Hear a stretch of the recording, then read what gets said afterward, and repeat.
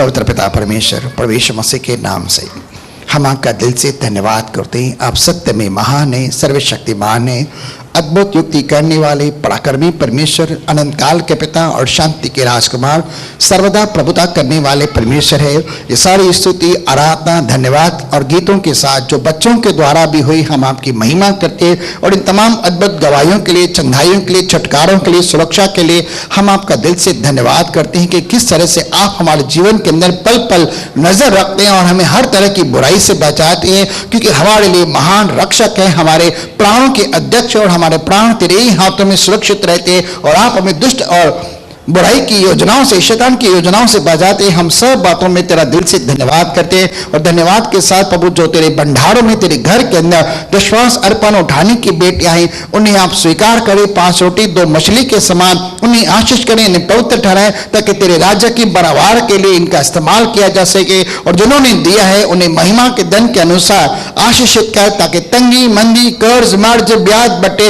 जहां फाइनेंशियली प्रभु स्ट्रगल कर रहे हैं, प्रभु वो सारी बातें उनके जीवन से दूर हो। सारे कर्ज, मर्ज, EMI जहां बाड़े बुत्ते बढ़ रहे हैं, टेस्ट रिपोर्ट के अंदर जहां धन व्यर्थ बर्बाद हो रहा है, इन सारी बातों को तेरे लोगों के जीवन से दूर करा।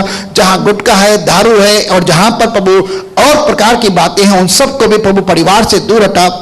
लेकिन दुआ करते मसीह यीशु के नाम से तेरे लोगों के घरों को आशीष कर, क्योंकि धर्मी के घर के अंदर सदा जय की ध्वनि होती है, आनंद के गीत होते हैं। वहां हर प्रकार का आनंद और जय की ध्वनि हो, वहां शोक विलाप न हो, क्योंकि यीशु मसीह के पाक पवित्र नाम से तू हमें शैतान के कामों से नष्ट करने के लिए हमारे जीवन में आया। और दुआ करते हैं कि तेरे ही काम, जो धर्म के काम है, हमारे जीवन के अंदर हो। और जिन्होंने जो कुछ भी दिया प्रभु, उन्हें 100 गुना प्रतिफलित कर, 1000 गुना आशीष कर, ताकि किसी के जीवन में कोई कमी घटी ना हो।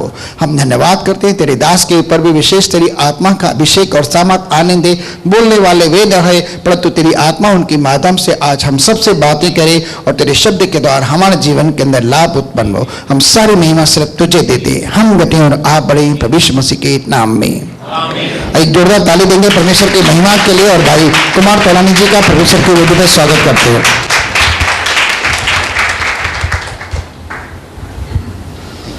banyak tadi dia. जी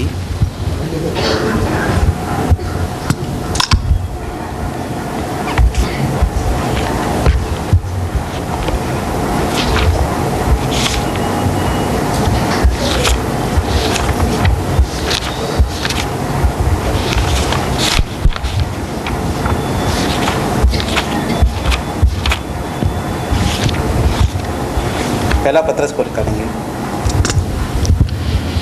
पहला पत्रस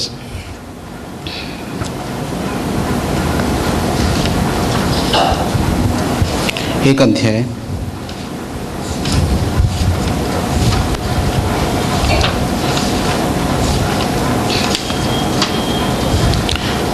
6वें वचन से पढ़ेंगे। और इस कारण तुम मगन होते हो, यद्यपि अवश्य है कि अब कुछ दिन तक नाना प्रकार की परीक्षाओं के कारण उदास हो। और यह इसलिए है कि तुम्हारा परखा हुआ विश्वास, जो आग से ताए हुए नाशमान सोने से भी कहीं अधिक बहुमूल्य है, यीशु मसीह के प्रकट होने पर प्रशंसा और महिमा और आदर का कारण ठहरे। यह हमें पत्रस बता रहा है 6वें वचन से, इस कारण, किस कारण? इस कारण क्यों मगन होते हो तुम परीक्षाओं के मध्य में? क्योंकि तुम्हारा जो फोकस है, तुम्हारा जो आशा है, वो मसीह के आगमन पर लगी हुई है। वो पहले अध्याय के 4-5 वचन इस बात की जिक्र करता है कि तुम प्रभु यीशु मसीह के आने का इंतजार कर रहे हो, तुम्हारे लिए स्वर्ग में एक मीरास पड़ी हुई है। और मैं ये बात 100% इस बात को मानता हूँ, विश्वास करता हूँ, और इस बात को कहता भी हूँ एज ए विश्वासी, as a believer, as a बपतिस्मा पाया हुआ व्यक्ति। हमारे अंदर एक सोच होना बहुत ज़रूरी है, एक मानसिकता हमारे अंदर बहुत होना ज़रूरी है। और वो मानसिकता है कि मैं इस संसार में परदेसी हूँ और मुझे एक दिन प्रभु यीशु मसीह लेके जाने वाला है। क्योंकि इब्रानी का लेखक कहता है, जो ऐसी बातें कहते हैं वे इस बात को प्रकट करते हैं कि वे एक स्वदेश की खोज में है और परमेश्वर उनका परमेश्वर कहलाने से नहीं लग जाता। एक विश्वासी के मन के पीछे, बैक ऑफ द माइंड, इसके सबकॉन्शियस माइंड, इसके अनकॉन्शियस माइंड में एक बात होनी बहुत जरूरी है कि मैं इस संसार में परदेसी हूं, यात्री हूं, और कुछ ही दिनों के बाद मेरा जीवन पूरा हो जाएगा और मैं हमेशा के लिए अपने परमेश्वर पिता के पास चला जाऊंगा, जैसे बाइबल मुझे बताती है। यह विश्वासी की आशा है। जब फिरौन याकूब से पूछता है आपकी उम्र कितनी है उत्पत्ति की पुस्तक में, तब याकूब उसे उत्तर देता है मैंने 130 वर्ष परदेशी के समान जीवन बिताया है। उसकी मानसिकता परदेशी के समान थी। जब दाऊद सुलेमान को अपनी गद्दी देता है, राजा की गद्दी, वो कहता है मैंने पृथ्वी पर परदेशी और यात्री बनकर जीवन बिताया है।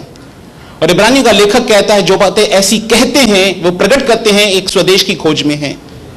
और जब पतरस इस बात को लिखता है और कहता है 4 वचन के अंदर, अर्थात एक अविनाशी निर्मल और अजर मीरास के लिए जो तुम्हारे लिए स्वर्ग में रखी गई है, जिनकी रक्षा परमेश्वर की सामर्थ से विश्वास के द्वारा 5वें वचन में लिखा है, उस उद्धार के लिए जो आने वाले समय में प्रकट होने वाली है की जाती है। पर मेरा विषय वो नहीं है, मेरा विषय वहां पर है। इस कारण क्योंकि तुम्हें आशा है मसीह पर कि तुम पुनरुत्थान में जाओगे और तुम्हें एक दिन परमेश्वर अनंत मीरास देगा, जैसे यशायाह की पुस्तक में लिखा है, शोक और सिसकियों का अंत हो जाएगा और प्रभु परमेश्वर के लोगों के सर पर सदा का आनंद गूंजेगा। एक दिन हमारे जीवन की सारी सिसकियां, हमारे जितने भी आंसू थे, हमारे जितने भी विलाप थे जो हमने रोए हैं प्रार्थना के अंदर, एक दिन सब खत्म हो जाएगा, क्योंकि प्रभु हमें अनंत जीवन देगा और उस अनंत जीवन में बाइबल बताती है हमारे सिर पे सदा का आनंद गूंजेगा, बाइबल बताती है। और कहते हैं इस कारण तुम मगन होते हो क्योंकि तुम्हें मसीह पर यह आशा है। यद्यपि अवश्य है कि अभी कुछ दिन के लिए अनेक प्रकार की परीक्षाओं के कारण दुख में हो। इस संसार में ऐसा कोई विश्वासी नहीं है, नॉट अ सिंगल बिलीवर है इस संसार में जिसके जीवन में परीक्षा उसके विश्वास की नहीं आती हो। ऐसा कोई बिलीवर नहीं है और न कभी होगा। हर एक विश्वासी के जीवन में परीक्षाएं आती हैं। और पतरस कहता है तुम्हारे जीवन में जब परीक्षाएं आई हैं तो तुम दुखी हो इस कारण के, क्योंकि परीक्षा जब आती है किसी के जीवन में तो वो खुशी का कारण नहीं बनती। हम एग्जाम देते थे बचपन में तो हमें पता होता था कि मेरे एग्जाम्स होने वाले हैं, पर मसीह में ऐसा नहीं होता। मसीह में सीधे एग्जाम स्टार्ट हो जाते हैं अचानक से और पता लगता है कि मेरे एग्जाम स्टार्ट हो चुके हैं, अर्थात मेरे विश्वास की परीक्षा चालू हो चुकी है। अचानक से परिस्थितियां विपरीत होना शुरू हो जाती हैं, अचानक से ऐसी चीजें दिखाई देना शुरू हो जाती हैं जो वचन के बिल्कुल विपरीत हैं। तब मेरा मन क्या कहता है, तब मेरे विश्वासी जीवन के अंदर क्या होता है? पतरस कहता है तुम्हारे जीवन में परीक्षाएं आई हैं, तुम उदास हो। और क्यों, क्या कहता है? यह इसलिए है, किस लिए है? पढ़िए। और यह इसलिए है कि तुम्हारा परखा हुआ विश्वास जो आग से ताए हुए नाशमान सोने से भी कहीं अधिक बहुमूल्य है। यह इसलिए है कि तुम्हारा परखा हुआ विश्वास, आपके विश्वास की परीक्षा होगी। ऐसा हो नहीं सकता कि आपको विश्वास हो परमेश्वर पर और उस विश्वास की परीक्षा न हो। जब भी कोई कंपनी अच्छा प्रोडक्ट मार्केट में बेचती है तो वहां पे लिखा है QC चेक्ड। QC मतलब क्वालिटी चेक करने से चेक किया है तभी उसे मार्केट में लॉन्च किया जाता है, क्योंकि उसकी प्रतिष्ठा का सवाल होता है, उस कंपनी की प्रतिष्ठा का सवाल होता है। हमने बहुत बार ऐसा देखा है कि बहुत बड़ी बड़ी कंपनियों ने कुछ प्रोडक्ट लॉन्च किए हैं, उनके प्रोडक्ट्स में फॉल्ट हुआ है, उनकी शेयर मार्केट में बाजार गिरी है, क्योंकि उनकी रेप्यूटेशन उससे जुड़ी हुई है। जब परमेश्वर हमको संसार में बेचता है किसी भी चीज में, तो वो अपनी प्रतिष्ठा भी देखता है कि क्या यह विश्वासी जो मेरा कहलाता है, क्या वाकई में मेरा विश्वासी है? परमेश्वर कहता है व्यवस्थावरण उसके 8 उसके 3 वचन में, पढ़िए।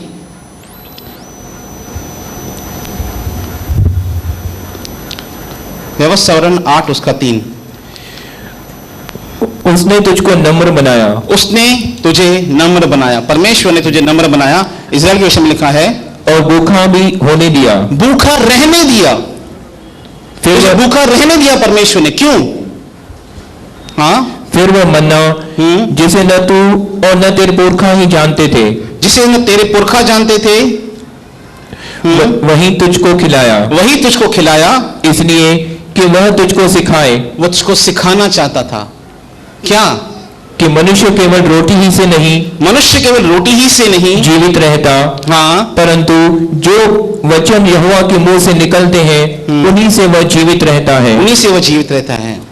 जब परमेश्वर हमारी परीक्षा करता है, परमेश्वर, मैं विशेष करके जिस विषय पर बात कर रहा हूं वो परमेश्वर के द्वारा आई हुई परीक्षा।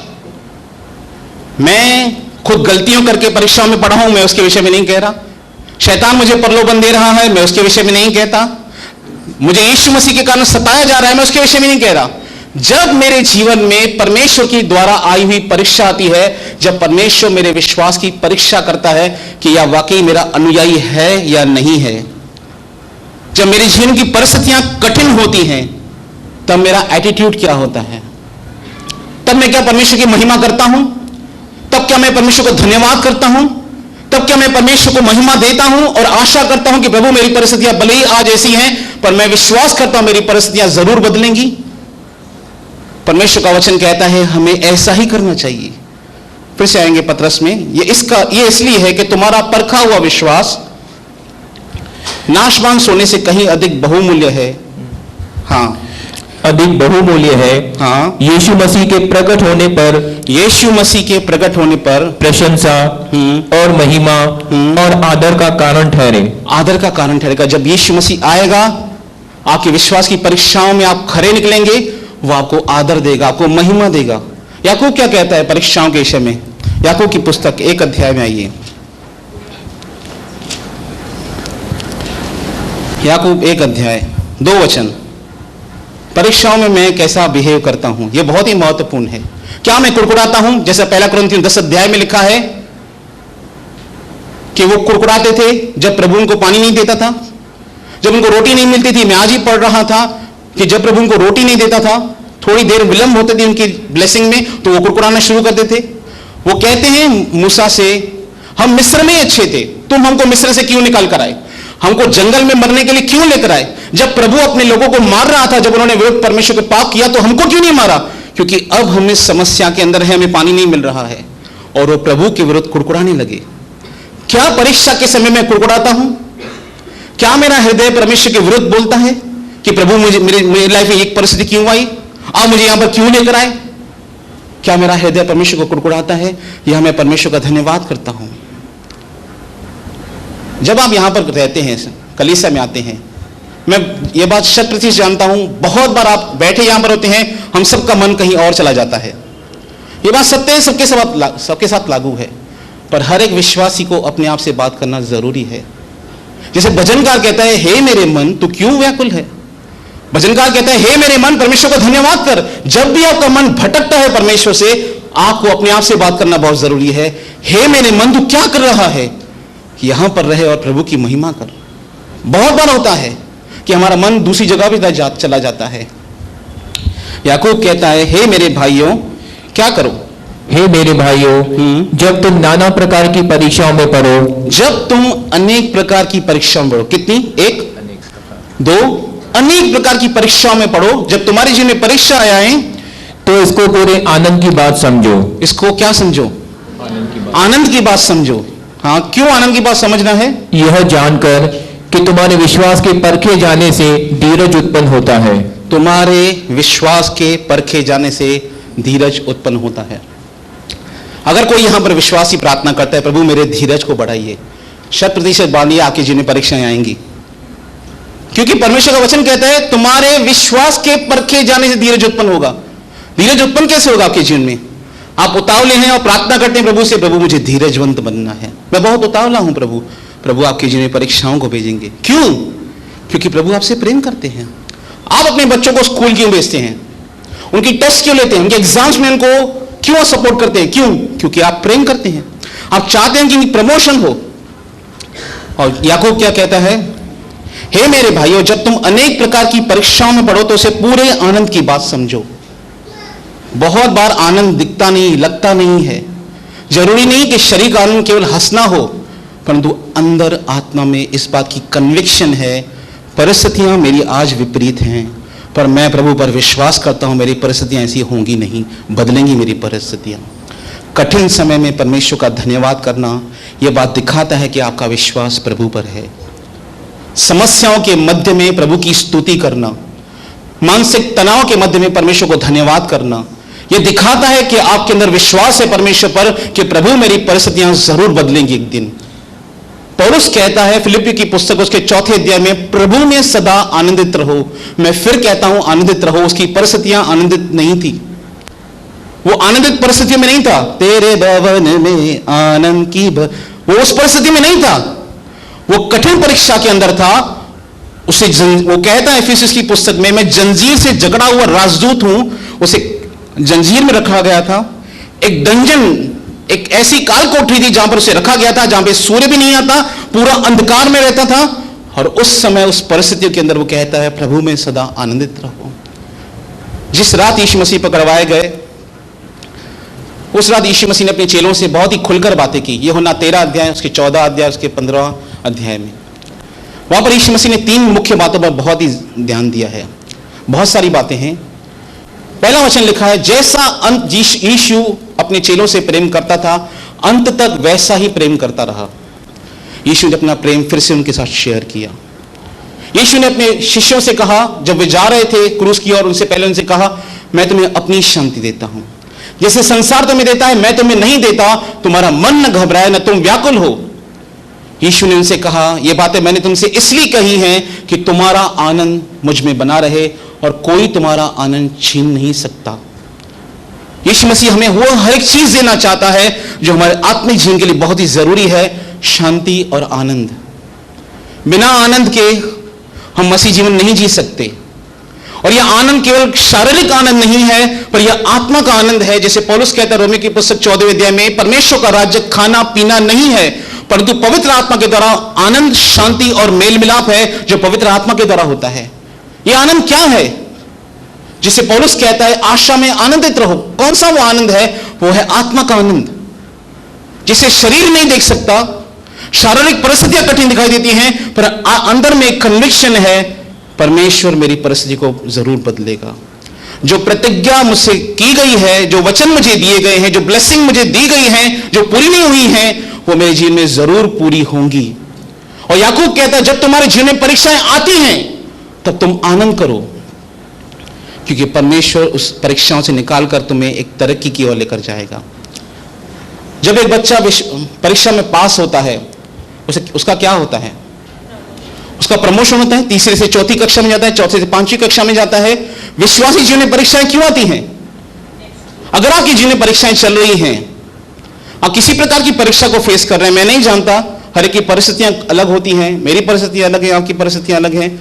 अगर आपकी परीक्षा हो रही है, आपके विश्वास की परीक्षा हो रही है, आपके धीरज की परीक्षा हो रही है, यह 100% है कि जब आप इस परीक्षा से सफल होकर बाहर निकलेंगे, आप एक प्रमोशन की ओर जाएंगे, आप एक तरक्की की ओर जाएंगे, क्योंकि यही नियम है परमेश्वर का। शद्रक, मेशक और अबेदनगो को जब विश्वास की परीक्षा की गई, तब उनको आग के भट्टे में डाला गया। तब बाइबल बताती है, नबूकदनेस्सर झुंझला उठा और उसने क्या देखा कि एक मनुष्य के पुत्र के समान एक व्यक्ति वहां पर खड़ा है। जब भी हम परीक्षाओं में रहते हैं, अग्नि के अंदर उनको डाला गया, शद्रक, मेशक और अबेदनगो को। जब भी हम परीक्षाओं के दौर में होते हैं, परीक्षाओं में पहले ही परमेश्वर हमारे साथ रहता है। बहुत बार हम उसे देख नहीं पाते, हम डर जाते हैं, घबरा जाते हैं, व्याकुल हो जाते हैं कि प्रभु मैं ये कैसे करूंगा, पर प्रभु हमारे साथ है। मुझे एक वचन मिला जिसने मुझे बहुत ही तसल्ली दी। वो वचन मिला हिजकिय्याह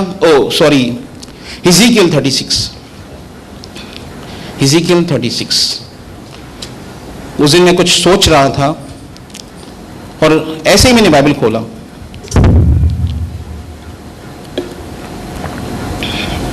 (36) 8 और 9 यहां पर, क्योंकि इजराइल पर बहुत सारी विपत्ति आई थी, पर परमेश्वर उनकी विपत्ति के बाद उन्हें एक आशा देता है। 8 और 9, हिजकिय्याह 36, 8 और 9। परंतु हे इजराइल के पहाड़ों, तुम पर डालियां पनपेगी, फिर से तुम्हारे जीवन में हरियाली आएगी, और उनके फल मेरी प्रजा इजराइल के लिए लगेंगे। फिर से तुम्हारे जीवन में मैं ब्लेसिंग को लौटा कर लेकर आऊंगा, क्योंकि उसका लौट आना निकट है। मैं तुमको फिर से लौटा कर लेकर आऊंगा। विपत्ति के समय परमेश्वर का वचन कहता है, और देखो मैं तुम्हारे पक्ष में हूं। देखो मैं तुम्हारे पक्ष में हूं। प्रभु के मुंह से यह बात सुनना बहुत ही इंकरेजिंग है। जब आप कठिन समस्या का सामना करें और प्रभु का वचन आपको मिले, मैं तेरे साथ हूं, यह काफी है, यह काफी है। अगर परमेश्वर का शब्द मुझे मिले और आपको मिले कि प्रभु मेरे साथ है, यह काफी है कठिन समस्या में। क्योंकि वो है तो मैं हमेशा कहता हूं, लाल समुद्र 2 भागों का, वो है तो 5 रोटियां 5000 को खिलाएगा, वो है तो पानी को दाखरस बनाएगा, वो है तो लाजर को जिंदा करेगा, वो साथ रहना बहुत जरूरी है। वो कहता है मैं तेरे पक्ष में हूं, और जब मुझे परमेश्वर का यह वचन मिला कि मैं तुम्हारे पक्ष में हूं, मेरे हृदय में एक प्रोत्साहन आया कि प्रभु मेरे साथ है। क्योंकि बहुत बार कठिन परिस्थिति में आकर हम घबरा जाते हैं, जैसे परमेश्वर का वचन यशायाह 51 में कहता है, तू क्यों मुझे भूल जाता है, और अपने कर्ता यहोवा को भूल जाता है और दिन भर थरथराता रहता है डर के मारण। बहुत बार हम प्रभु को भूल जाते हैं परिस्थिति के अंदर। परमेश्वर को स्मरण करना बहुत जरूरी है परिस्थितियों के अंदर। प्रभु कहता है, मैं तुम्हारे पक्ष में हूं और तुम्हारी ओर कृपा दृष्टि करूंगा, मैं तुम्हारे जीवन में फिर से कृपा दृष्टि करूंगा, और तुम जोते बोए जाओगे। फिर से मैं तुम्हें जोता बोह जाऊंगा। याकूब फिर से आएंगे।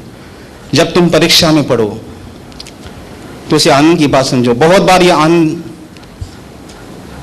आपको लगेगा, कैसे करूं आनंद, प्रभु मेरे लिए आनंद का कोई कारण नहीं है। प्रभु का आनंद है हमारी ताकत। नहम्याह कहता है, परमेश्वर का आनंद तुम्हारी ताकत है। भजन संहिता में लिखा है, यहोवा अपनी प्रजा का बल है, यहोवा अपनी प्रजा को शांति की आशीष देगा। कठिन परिस्थितियों में दृढ़ बने रहना यह परमेश्वर के आनंद के द्वारा आता है कि प्रभु मेरे साथ है। प्रभु का आनंद क्या है? हमारी ताकत है, हमारा बल है परमेश्वर का आनंद, कि प्रभु का आनंद मेरे साथ है, प्रभु मेरे साथ है। हे भाइयों, जब तुम अनेक प्रकार की परीक्षाओं में पढ़ो तो पूरे आनंद की बात समझो। समझेंगे? शरीर में भले ना समझे, आत्मा में समझें। यह जानकर कि तुम्हारे विश्वास के परखे जाने से धीरज उत्पन्न होता है। तुम्हारे विश्वास के परखे जाने से धीरज उत्पन्न होता है। हाँ, पर धीरज को अपना पूरा काम करने दो। धीरज को अपना पूरा काम करने दो। ऐसा कोई पेरेंट है जो अपने बच्चों को 5वीं कक्षा के बाद स्कूल से निकाल दे? बस नहीं चाहिए। अगर आप यीशु मसीह के पीछे आए हैं और जब तक यीशु मसीह की तरह परमेश्वर को बना न ले, वो आपको स्कूल से निकलने नहीं देगा। वो आपको पेशेंस बनाते जाएगा, वो आपके आनंद को बढ़ा देगा। परीक्षा में वो आपके साथ रहेगा। अगर आप गिर भी गए, हम गिरे हैं, वो आपको फिर से उठाएगा। जैसे मीका की पुस्तक में लिखा है मेरे ख्याल से, हे मेरी बैरन, मुझ पे आनंद मत कर, यद्यपि मैं गिरा हूं तो भी मैं उठूंगा, क्योंकि यदि भी मैं गिरा हूं, प्रभु मुझे फिर से उठाकर खड़ा कर देगा। प्रभु आपको फिर से उठाकर खड़ा कर देगा। धीरज को अपना पूरा काम करने दो, कि तुम पूरे और सिद्ध हो जाओ, कि तुम पूरे और सिद्ध हो जाओ, और तुम में किसी बात की घटी न रहे। तुम्हारे अंदर किसी के अंदर घटी न रहे। कैसे विश्वासी की परीक्षा होती है, हम एक उदाहरण भी जरूर देखेंगे। इब्रानियों की पुस्तक 11वें अध्याय में आएंगे, 17 से पढ़ेंगे, 17 से पढ़ेंगे। विश्वासी से इब्राहिम ने परखे जाने के समय में इसहाक को बलिदान चढ़ाया।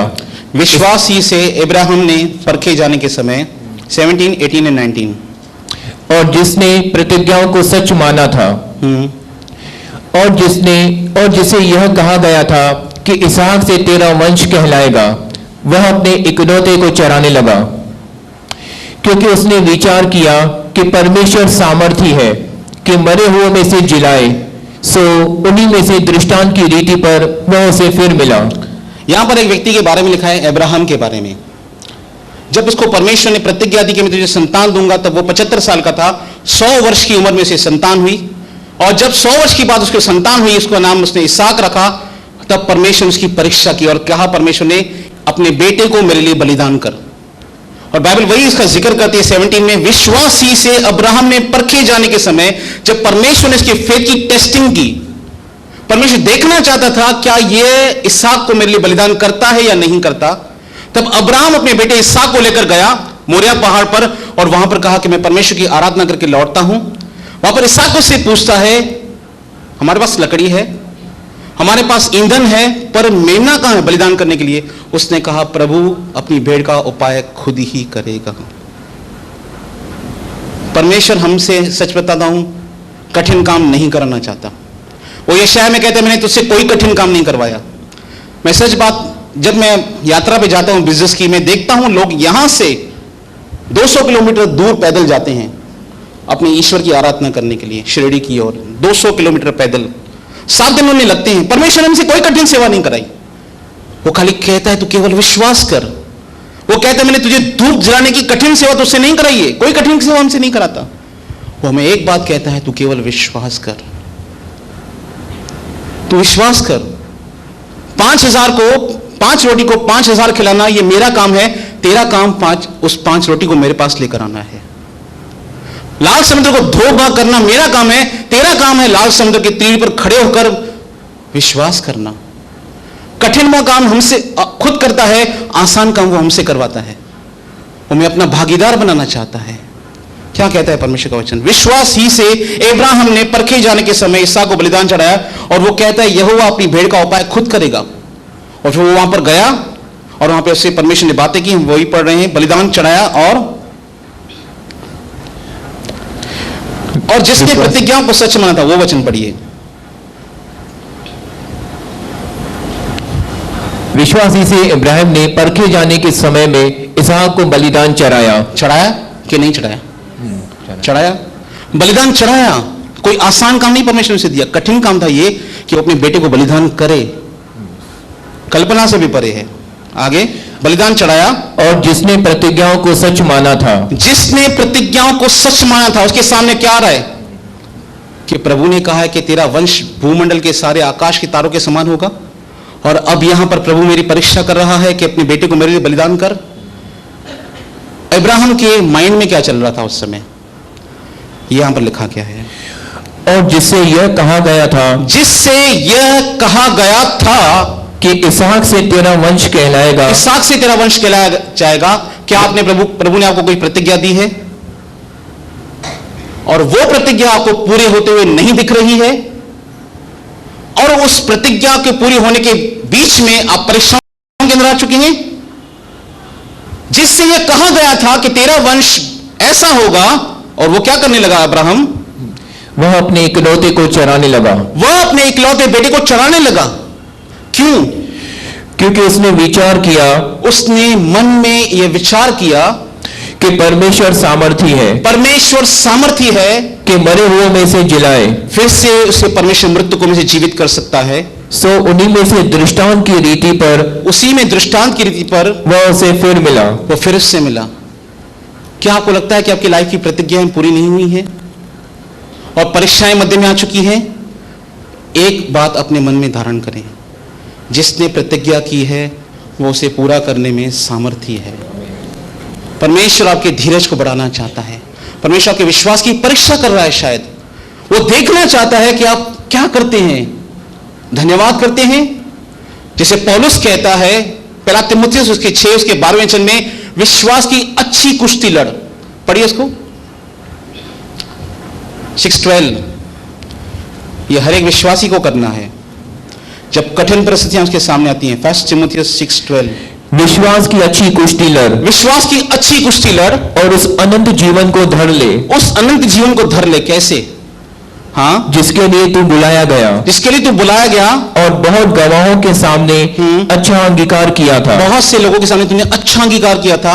यह विश्वास की लड़ाई हर एक को करनी पड़ती है। कौन सी यह विश्वास की लड़ाई है?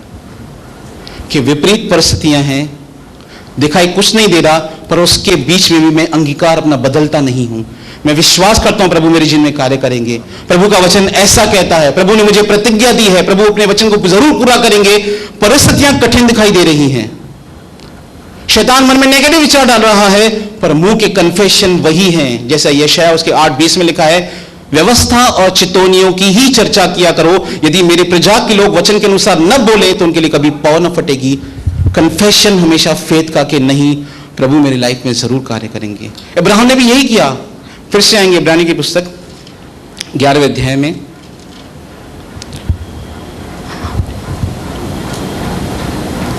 क्योंकि उसने मान लिया 19, क्योंकि उसने विचार किया, क्योंकि उसने मान लिया कि परमेश्वर सामर्थी है। कि परमेश्वर सामर्थी है कि मरे हुए में से जिलाए। वो उसे मरे हुए से फिर से जिला कर सकता है। इब्राहिम का ये फेथ था। और जानते हैं होम बलि कैसे चढ़ाई जाती है? बहुत ही साधारण लगता है, परमेश्वर उसको कहा होम बलि चढ़ा दे। होम बलि में मेमने को कंप्लीटली टुकड़े टुकड़े कर दिया जाता है, पीसेस किया जाता है उसको। फिर उसकी चर्बी निकाली जाती है, उसका जो भी अनक्लीन है उसको निकाल कर शुद्ध जो है उसको प्रभु के लिए जलाया जाता है। होम बलि ऐसे होती है। शुद्ध सैक्रिफाइस अलग किया जाता है, उस बॉडी में से, मेमने की बॉडी में से अशुद्ध फेंक दिया जाता है, और जो शुद्ध बचता है बलिदान में से उसको जलाया जाता है। और उसमें से जब सुगंध आती है तब परमेश्वर के लिए वो होम बलि बनती है। और परमेश्वर ने कहा तू उसे होम बलि कर, अपने बच्चे को कंप्लीटली टुकड़े टुकड़े कर दे, फिर उसे जला दे। और अब्राहम कहता है, उसके अंदर ये मानसिकता थी कि यदि भी मैं ये कार्य करूं तो भी प्रभु मुझे उसके वापस दे देगा। ऐसा उसका फेथ था। और ये मैं इनकरेज करता है, अब्राहम में इनकरेज करता है कि अगर मैं ऐसी मानसिकता रख सकता हूं तो मैं भी कठिन परीक्षाओं के अंदर ये मानसिकता रखनी चाहिए। यदि भी प्रभु ने उसे इसहाक नहीं लिया, पर प्रभु उसके फेथ को टेस्ट कर रहा था।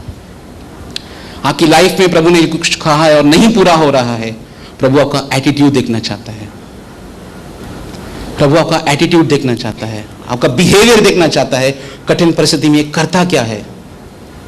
ये कुड़कुड़ाता है, अपनी समझ का सहारा लेता है, मुझ पर नहीं मनुष्य पर भरोसा करता है। क्या करता है ये?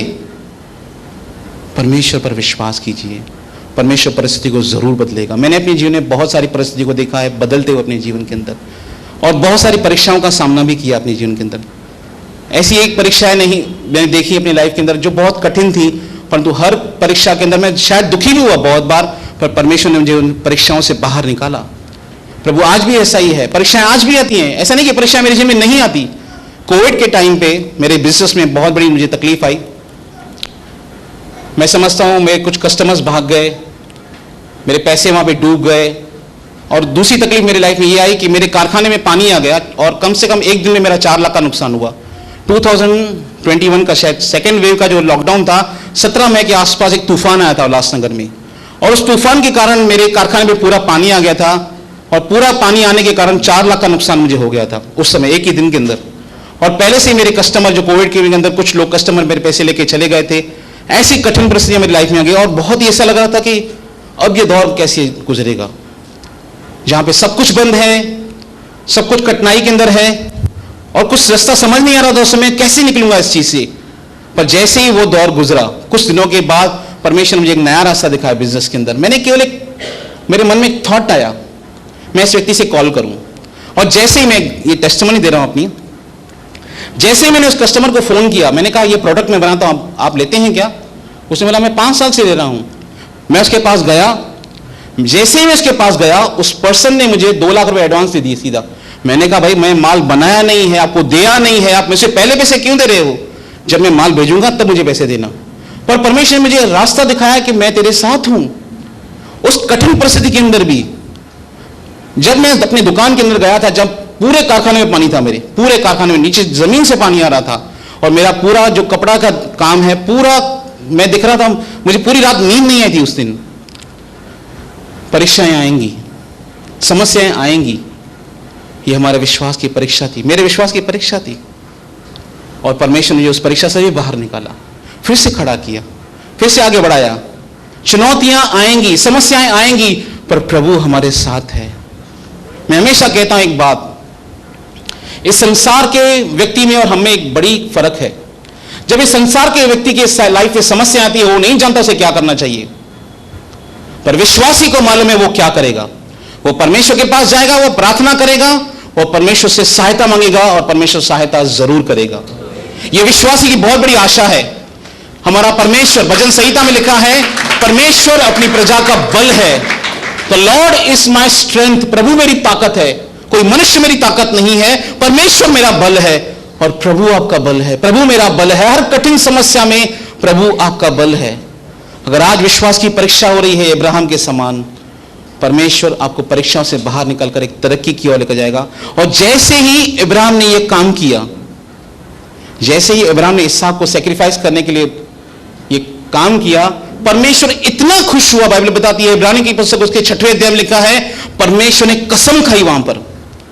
और इब्रानी का लेखक कहता है, यद्यपि प्रतिज्ञाएं उसको मिली थी, उसको वाचा मिली थी, फिर भी परमेश्वर ने उस वाचा को अटल करने के लिए शपथ को बीच में लेकर आया, ताकि जो उस पर विश्वास करते हैं वो परमेश्वर पर पूरा पूरा विश्वास करें कि परमेश्वर कभी झूठ नहीं बोल सकता। इब्रानी की पुस्तक 6वें अध्याय में आई है।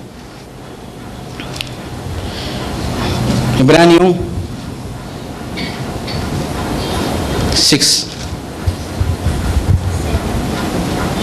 हम पढ़ेंगे, 9 से पढ़िए।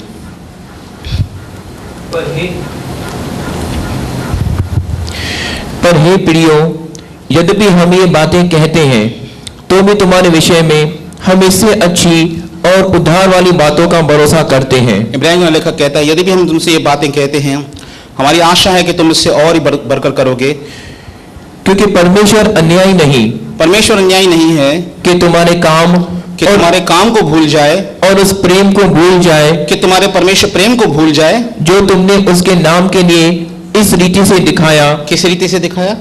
इस रीति से दिखाया इस रीति से दिखाया कि पवित्र लोगों की सेवा की और कर भी रहे हो। सेवा की और कर भी रहे हो। हर एरिया ऑफ लाइफ में पवित्र लोगों की सेवा करना, हर एरिया ऑफ लाइफ में प्रभु के लोगों की सेवा करना, यह परमेश्वर को बहुत अच्छा लगता है। जब कोई परमेश्वर के लोगों को सर्व करता है, उनको सर्व करता है, केवल प्रचार नहीं करता, उनको इमोशनली हेल्प करता है, उनकी कठिन परीक्षाओं में जाकर उनको सहायता करते हुए प्रोत्साहन देता है, उनको किसी भी प्रकार की हेल्प करता है, यह परमेश्वर को बहुत अच्छा लगता है। आगे,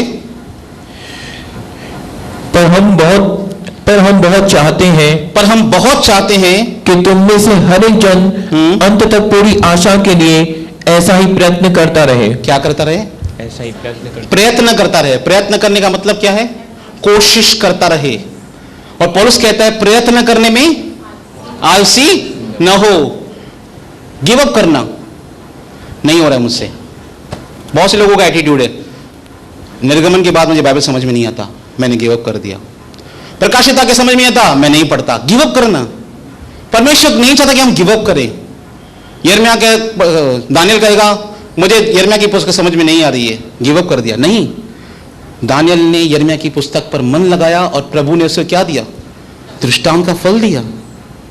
प्रयत्न करते रहें, कोशिश करते रहें। असफल हुए हैं तो भी कोशिश करते रहें। एक वचन पढ़िए, पौलुस के बारे में लिखा है, प्रेरितों के काम 20 अध्याय। विशेष उन लोगों से कहता हूं जो प्रयत्न करना छोड़ देते हैं, कोशिश बंद कर देते हैं अपने जीवन में। असफल हो गए, छोड़ दिया। नहीं, पौलुस से सीखिए। 20:19 में वो क्या कहता है? अर्थात बड़ी दीनता से और आंसू बहा कर और उन परीक्षाओं में जो मेरी लाइफ में आई, जो यहूदियों के षड्यंत्र के कारण मुझ पर आ पड़ी, मैं प्रभु की सेवा करता ही रहा। मैं प्रभु की सेवा करता रहा। परीक्षाएं आ रही थी मेरे जीवन में, समस्या मेरे जीवन में आ रही थी, मुझे लोग सता रहे थे, पर मैं सेवा करते जा रहा था। थोड़ी समस्या आई, सेवा से बाहर। थोड़ी समस्या आई, प्रभु से दूर। थोड़ी समस्या आई, कलीसिया से दूर। किसी ब्रदर से मनमुटा हुआ, सेवा से दूर। मैं कल्पना करता हूं, बहुत बार ऐसा लगता है यीशु मसीह सामने खड़ा हो और मेरा और रवि का झगड़ा हो रहा हो। समझो, रवि से झगड़ा करने के बाद मैं यीशु मसीह को नहीं मानूंगा आज के बाद। यीशु मसीह बोलेगा, झगड़ा तुम लोगों का, मुझे क्यों बीच में लेकर आ रहे हो? हम ऐसा करते हैं बहुत बार, घर वालों से झगड़ा करते हैं, मैं प्रार्थना पे नहीं आऊंगा। यीशु मसीह बोला, मेरा क्या मतलब है? झगड़ा तुम लोगों का आपस का, घर का, और छोड़ तुम मुझे रहे हो। ये मूर्खता की बातें हम बहुत करते हैं। मां प्रार्थना नहीं नुम, मां परमेश्वर नमनी न मुझे खापो। प्रभु बोलेगा, झगड़ा तुम लोगों का है आपस में, भाई मुझे क्यों छोड़ रहे हो? यह हास्यास्पद बात है भाई। हम प्रभु को छोड़ देते हैं जबकि उसका कोई मैटर ही नहीं है उस व्यक्ति का।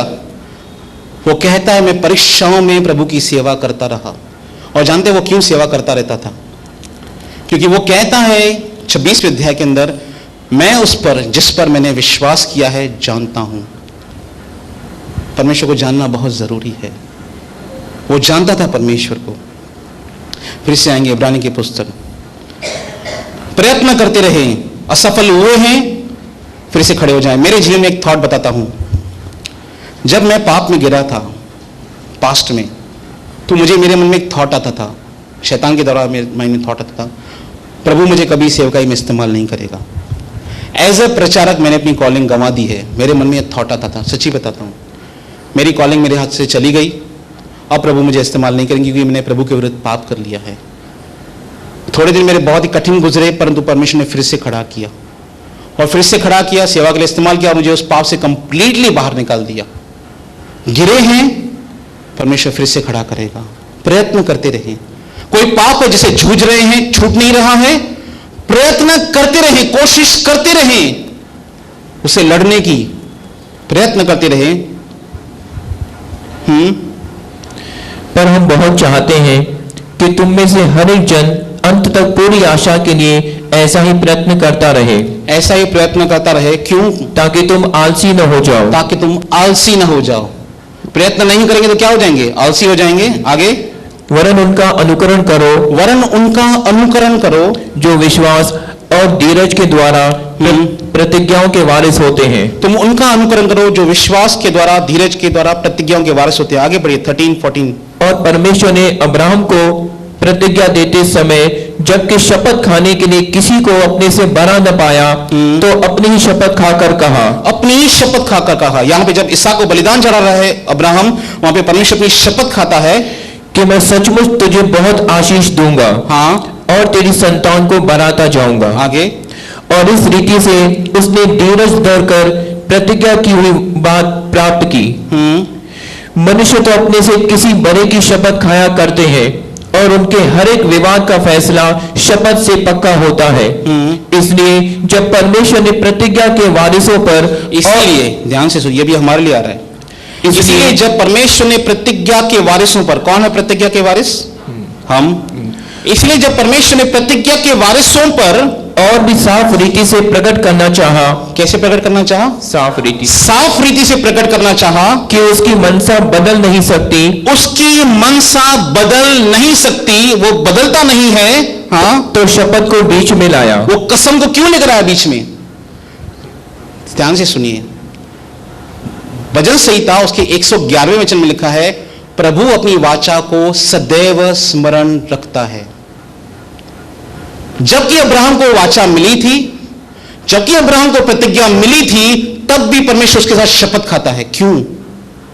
ताकि आपको और मुझ पर यह बात साफ रीति से प्रकट करना चाहता था। क्या प्रकट करना चाहता था?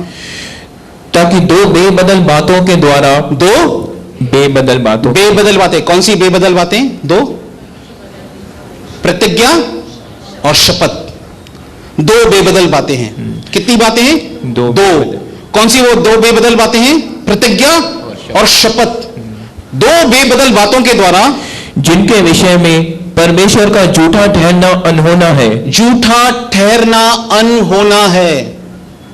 जब मुझे परमेश्वर ने यह बात बताई थी, मैं समझता हूं वो साल था 2006, कि परमेश्वर ने मुझे कहा था कि तेरे घर में एक बेटी आएगी जिसका नाम तू राहेल रखना। न मेरे भाई की शादी हुई थी, मेरे भाई की शादी 2010 में हुई थी, मैं समझता हूं 9 या 10 की तारीख में। परमेश्वर ने मुझे कहा कि तेरे घर में एक बेटी आएगी और उसका नाम तू राहेल रखना। मुझे 4 साल पहले परमेश्वर ने यह बात बता दी थी। मैं कोई भविष्यवक्ता नहीं हूं, मुझसे पूछने भी नहीं आना इस बात में कि मुझे क्या होगा, मुझे नहीं पता चलता। मेरे विषय की बात बता रहा हूं, ये मेरे जीवन में प्रभु ने कहा था। उस समय मेरे भाई की शादी हुई और मेरी भाभी को बोन टीबी हुआ था यहां पर, और डॉक्टर ने कहा था बच्चे के बारे में सोचना भी मत। जब तक बॉडी से टीबी नहीं जाती आप बच्चे के बारे में सोच भी नहीं सकते। उस समय ऐसे लग रहा था, प्रभु आपने कहा था कि बेटी आएगी, ये तो मेरी भाभी है, वो तो बिस्तर पर आ चुकी है कंप्लीटली, अब क्या करूं? पर मन में विश्वास था। उस समय जब कलीसिया में जाता था और मैंने प्रचार किया कि मुझे मेरे परिवार में एक बेटी आएगी, उसका नाम मैं राहेल रखूंगा, और मेरी भाभी प्रेग्नेंट नहीं थी उस समय। मुझे रूम में पीछे एक पास्टर लेकर गया, बोला सोच तेरे भाई को बेटी नहीं बेटा होगा। मैं क्यों सोचूं? बोला सोच। मैं क्यों सोचूं? बोला सोच। मैं सोचूं क्यों? पर जब है मालूम विश्वास है कि बेटी होगी तो बेटा सोचूं क्यों? लोग आपके सामने क्वेश्चन मार्क लेकर आएंगे। आपको प्रभु पर विश्वास करना है। प्रभु ने कहा है पूरा जरूर होगा। 1 अगस्त 2012 रात को 11:32 को मेरे को फोन आया कि मुझे राहेल हुई। मेरे परिवार में सारी परीक्षाओं से प्रभु ने बाहर निकाला। लोग क्वेश्चन मार्क करेंगे, बिलीवर क्वेश्चन मार्क करेंगे, पास्टर रोक सकता है आपको प्रतिज्ञा के बीच में, अभिमानिक रोक सकता है, भविष्यवक्ता का ग्रुप रोक सकता है, एलिशा को तेरा गुरु चला जाएगा। रोकने के लिए बहुत आएंगे। अटल बने रहिए विश्वास पर। नहीं, प्रभु ने कहा है पूरा होगा, और पूरा होगा। परमेश्वर का वचन जरूर पूरा होगा। तो बहुत चैलेंजिंग टाइम था मेरे लिए, परिस्थितियां कठिन हो, विपरीत हो आपके। और जानते हैं प्रभु ने, मैंने प्रभु से पूछा प्रभु अपनी बेटी क्यों दी? आप बेटा भी दे सकते थे। जब मैं पेट में था अपनी मां के, 1982 की बात बता रहा हूं, मेरे फादर ने डिसीजन लिया कि वो मेरी मदर का अबॉर्शन करवा देंगे क्योंकि उनको 2 बेटे पहले से ही थे। तो मेरे चाचा ने उनको बोला तेरे पास 2 बेटे पहले से ही हैं, बेटा हो जाए तो मुझे देना, बेटी हो तो तू ले लेना। पापा ने बोला ठीक है। 7 मई को मेरा जन्म आया, मैं पैदा हुआ। मेरे चाचा ने पापा को बोला दे बेटा, पापा ने बोला नहीं दूंगा। चाचा की वजह से, पर परमेश्वर का अनुग्रह मुझ पर पहले से ही था। जैसे यिर्मयाह की पुस्तक में लिखा है कि मैंने मां के गर्भ से तुझे चुना है। परमेश्वर ने मुझसे कहा तेरे पिता को बेटी चाहिए थी ना, वो बेटी आ रही है। परमेश्वर प्रतिज्ञाओं को पूरा करता है। समस्या आई, ऐसा नहीं कि समस्या नहीं आई। और जिस दिन मेरे भाई की शादी थी, 11 मई 2009 था शायद, उस दिन फर्स्ट डे था कोर्ट का, जहां पर मेरा फ्लैट बैंक में गिरवी था, उसकी कोर्ट में हियरिंग थी। फर्स्ट डे हियरिंग की 11 मई 2009 थी। 11 मई 2009 को मेरे भाई की शादी थी। आप कल्पना कर सकते हैं, डायरेक्ट रिकवरी ट्रिब्यूनल कोर्ट में केस चल रहा है सुबह को, और शाम को घर में शादी है। और उसके लिए भी प्रभु ने प्रतिज्ञा दी कि तुझे घर मिलेगा। मैंने लिख कर रखा है वो सब बातें, लिख कर रखिए। प्रभु को वचन उसका स्मरण दिलाइए। यशायाह में एक वचन लिखा है, जब तक यहोवा अपनी प्रजा की भलाई को पूरा न करे तब तक उसे चैन ना आने दो। प्रभु आपको बोलता है तू मुझे चैन नहीं आने दे, तू प्रार्थना करता रहे, मुझे स्मरण कराता रहे कि मैंने तुझे ये कहा है। प्रभु देखना चाहता है कि आपको याद है कि नहीं है। आपको याद है? क्या आपको याद है कि प्रभु ने आपसे क्या कहा था? क्या आपने लिख कर रखा है? उसे स्मरण कराइए। मैंने नहीं मांगा था प्रभु, आपने बोला था। एलिशा से वो विधवा कहती, वो शूनेमिन कहती है, क्या मैंने तुझसे बेटा मांगा था? मैंने उसे बेटा नहीं मांगा था, वो बेटा मर गया है। और एलिशा जाकर उसको जिंदा करता है। प्रभु को स्मरण कराओ, प्रभु आपने ये कहा था, प्रभु आपने ये कहा था। प्रभु देखना चाहता है आपको स्मरण है कि नहीं है। उसे तो सब बातें याद रहती हैं।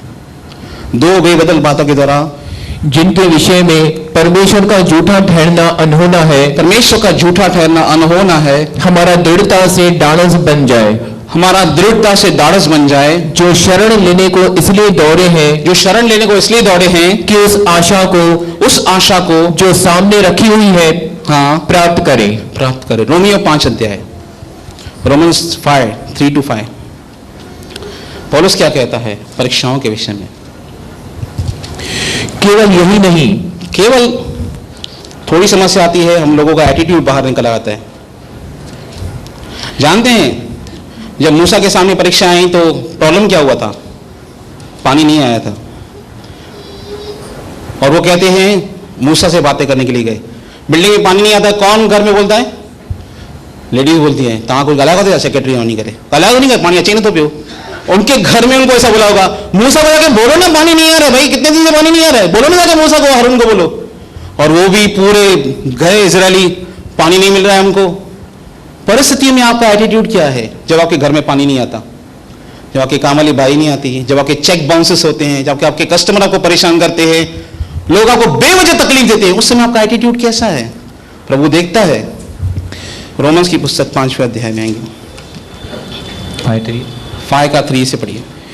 केवल यही नहीं वरन हम क्लेशों में भी घमंड करें, यही जानकर कि क्लेश से क्या होता है? धीरज निकलता है। और धीरज से खरा निकलना, और खरे निकलने से आशा उत्पन्न होती है, और आशा से लज्जा नहीं होती, परंतु आशा आनंदित करती है। हम लज्जित नहीं होंगे। शायद आप शर्मिंदगी महसूस की है कभी जिंदगी में, पर जिसने भी प्रभु पर विश्वास किया वो लज्जित कभी नहीं होगा, क्योंकि बाइबल कहती है जिसने उस पर विश्वास किया वो कभी लज्जित नहीं होगा। आपने अपने पूर्व में लज्जा को देखा है, परमेश्वर आपके अपमान को दूर करेगा। एलिशबा कहती है, इन दिनों में प्रभु ने कृपा दृष्टि करके मेरे अपमान को मेरी जिंदगी से दूर किया है। यहोशू कहता है, अपना खतना करवाओ, क्योंकि यहोवा तुम्हारे ऊपर से मिस्र की सारी निंदाओं को उतरवाएगा। पास्ट में आपकी लाइफ में जितनी भी निंदाएं आपकी हुई हैं, परमेश्वर सारी निंदाओं को दूर करेगा, सारे अपमान को दूर करेगा और आपको आदर देगा सबके सामने। जैसे भजन संहिता 23 में लिखा है, तू मेरे शत्रुओं के सामने मेरी मेज को लगाता है। खरे निकलने से आशा होती है और आशा से लज्जा नहीं होती, क्योंकि पवित्र आत्मा जो हमें दिया गया है उसके द्वारा परमेश्वर का प्रेम हमारे मन में डाला गया है। परमेश्वर का प्रेम हमारे मन में डाला गया है। परीक्षाएं आएंगी। यीशु मसीह ने कहा मत्ती पुस्तक 7 अध्याय उसके 24वें वचन में, पढ़िए वचन। लास्ट 2 वचन पढ़ाऊंगा। मत्ती की पुस्तक 7 अध्याय। मैं आपको ये क्यों बता रहा हूं, इसलिए मत समझिए कि आप विश्वासी हो गए तो आपकी लाइफ में परीक्षाएं नहीं आएंगी, आएंगी। और उसमें विश्वास की परीक्षा में आपको धीरजवंत रहना है। धीरज का मतलब जानते हैं क्या है? धीरज का मतलब क्या है? राइट वे से इंतजार करना, राइट एटीट्यूड से। धीरज का मतलब है राइट एटीट्यूड से परमेश्वर का इंतजार करना। 7:24। इसलिए जो कोई मेरी ये बातें सुनकर उन्हें मानता है, जो कोई ये मेरी बातें सुनकर उनको मानता है, वह उस बुद्धिमान मनुष्य की नाई ठहरेगा जिसने अपना घर चट्टान पर बनाया। जो मेरी बातें सुनता है और उनको करता है वो बुद्धिमान व्यक्ति के समान है जिसने अपना घर चट्टान पर बनाया। और मेह बरसा और बाढ़ें आई और आंधियां चली। ये क्या है? मेह आया, आंधियां आई, आगे और आंधियां चली और उस घर पर टक्करें लगी। उस घर पर टक्करें लगी, परंतु वह नहीं गिरा, क्योंकि उसकी नींव चट्टान पर डाली गई थी। इसकी नींव चट्टान पर डाली गई थी। परंतु जो कोई मेरी ये बातें सुनता है और उन पर नहीं चलता, जो मेरे वचन सुनता है और उन पर नहीं चलता, वह उस निर्बुद्धि मनुष्य की नाई ठहरेगा। वो अब निर्बुद्धि व्यक्ति के समान ठहरेगा। ये उस व्यक्ति के लिए लिखा है जिसने यीशु मसीह के पास आता है पर यीशु मसीह को उद्धारकर्ता ग्रहण नहीं करता। ये उस व्यक्ति के लिए लिखा है जो यीशु मसीह के पास आता है पर यीशु मसीह को उद्धारकर्ता करके ग्रहण नहीं करता। केवल उनको लगता है मैं प्रार्थना करा के चला जाऊं यहां से बस। क्योंकि विश्वासी होने के बाद परीक्षाएं आएंगी, और यदि हम परमेश्वर में हैं तो सारी तकलीफों से परमेश्वर में बाहर निकालेगा एक दिन जरूर। क्या कहता है परमेश्वर का फिर से? परंतु जो मेरी ये बातें सुनता है और उन पर नहीं चलता, उनको नहीं मानता अपने जीवन के अंदर, वह उस निर्बुद्धि मनुष्य की नाई ठहरेगा जिसने अपना घर रेत पर बनाया। और मेह बरसा और बाढ़ें आई और आंधियां चली और उस घर पर टक्करें लगी और वह गिरकर सत्यानाश हो गया। वो गिरकर फिर से सत्यानाश हो गया। परंतु जो मानता है, कहने का तात्पर्य क्या है? मेह आएगा, आंधियां आएंगी, परीक्षा आएंगी, चाहे किसी भी तरीके से हो। किसी को फाइनेंस की तरफ से आ सकती है, शायद लाइफ में किसी कोई समस्या आ जाए, पर इस बात को विश्वास कीजिए परमेश्वर परिस्थितियों को बदलता है। मुझे एक वचन मेरी कठिन परीक्षा में बहुत हिम्मत देता है।